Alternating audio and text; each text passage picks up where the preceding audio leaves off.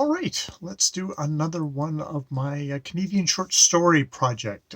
This was inspired by a kind of a little curated list of 73 Canadian short stories compiled by Kevin Hardcastle, and I'm kind of going through the list and reading these stories and just talking about each one.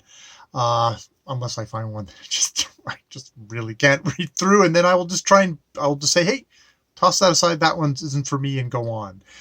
Today I'm doing Goat by Andrew F. Sullivan. This is from Joyland magazine.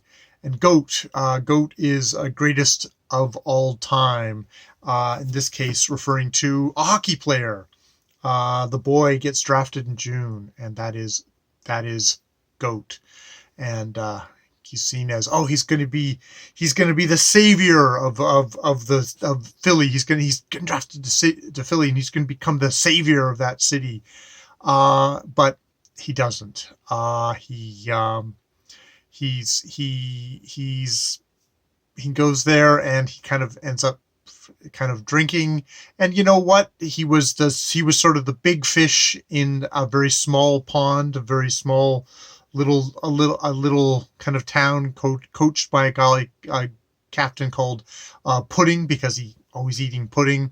But he can see that he's never going to actually get to go to the show, the NHL, and that he's probably got a limited shelf life, no matter how hard hitting and big he tries to keep himself. He's kind of as all kind of athletes do. You have a limited shelf life. So I'm going to talk about the entire story here. I would say it's a really worthwhile story to talk about. It does have themes of sexual abuse in it, if you're going to go and read it. But now I'm going to start doing that reading, talking about it in greater detail. So fair warning if you're for some reason have stumbled upon this. So yeah, I think for Canadians, for masculinity, even for someone like me who can barely skate, the idea of the kind of the rugged, hard-hitting, smashing people into the boards, whacking people with sticks, that is kind of ingrained an idea of what masculinity, of what a real man is in Canadian sports. And like a lot of other areas of life, that has some of that has gotten pulled back in recent years. And there's, like all things where you have young kids left to the a lot of times given way too much access to young kids, people go into that with evil intentions and take advantage of that and abuse kids. And this story, Goat, does a really good job of. I swear to God, I was like probably about 3/4 or through, maybe even like almost near the end of this fairly short story, and when I realized, crap, the coach in this case, Pudding, has abused Goat. That he has come back from. He's basically, it's like winter Christmas break, and he's come back. It sounds like his own father abandoned the family a long time ago. I think it's abandoned the family, and he's he calls to. I think it's like it surprised me so much, because you have scenes of him calling Pudding, the coach, and asking him advice about, like, things aren't going so well, and and a part of it being, it almost cast as like, well, it's a mill, and it's like the coach isn't as interested in mids anymore because there's always new guys coming up, and you always I thought about that as, oh, well, this is like, new kids to coach to, like, the next the big thing. But it actually turns out it hit me very near the end of the story, that it's like, no, there's fresh meat, in the sense of there's fresh meat. There's more kids to abuse, to take advantage of, to take pictures of, to videotape. And indeed, it's like the final second to final scene. It's him coming to Coach Pudding's house, and them having this conversation, and then suddenly he's going downstairs, and like there's a thing of like, oh, another motel room, and it's like he was glad there wasn't like, everyone's got camera phones now and be able to take videotapes. He's really glad that there wasn't that when he was a kid. And it isn't until he's going downstairs and he's ripping out the computer and he's grabbing a laptop, and he comes up the stairs and the coach is like, oh, what are you doing? In kind of a mock surprise, and he headbutts him and he leaves him splayed on the floor and walks out of the house with the evidence, that you realize that he's come here to expose this coach, this pudding. And it's interesting because he's like, well, I'm not gonna assault the guy, because like I still need to make a living. I need to be able to cross the border into the States, because that's where I'm a professional hockey player, not at an NHL level but lower. And you realize it's like, oh, he's come here to expose this guy.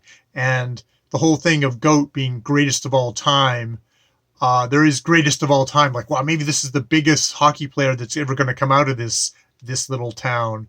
But there's also GOAT in the sense of, here's somebody whose life has gotten sacrificial GOAT, scapegoat, somebody who is going to sacrifice themselves in a way as a man to be exposed this, because he knows in this super masculine kind of this arena, to do this is to sacrifice himself to get to be looked at a different way, for exposing someone like Pudding. And I mean, at the very end, he's headbutted him and he's taken this stuff and he's waiting for someone to pull him over and ask him what's the matter, what's going on. And he's sort of sitting at the red light, waiting for traffic. What is here? The final thing of this, because is the GOAT, which is always capitalized, the GOAT, because it's greatest of all time. The GOAT sits idling at a red light. There are no other cars. He waits.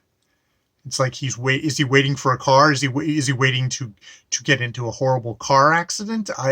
It's like he's waiting for the hammer to fall. Like it's the executioner's thing. But it's like no one is talking about Pudding yet. Of course not yet. The GOAT is patient. It's like practice. So it's this thing. It may take a day or two, but the pieces are already in motion. They can't be unplayed. It's like there's this almost kind of destiny. It's like I am the GOAT, and there is no escape. There's no escape for Pudding, but there's also no escape for me. So you don't think I really can't. You don't get the sense that this is something like, oh, I'm going to get through this. I'm going to process this. This is, I have been sacrificed. I am the boy. The boy gets drafted. The boy has gotten drafted into this sick box clutches. And has gotten sacrificed by his community in a way. His community said, let's give these boys to men like Pudding. And they are, in a sick way, the whole community is getting something out of it. So I really enjoyed that story. At the beginning, I kind of rolled my eyes because it's like, I rolled my eyes because, oh, it's a hockey story. It's Canadian. It's a collection of Canadian short stories. We're going to have a hockey story.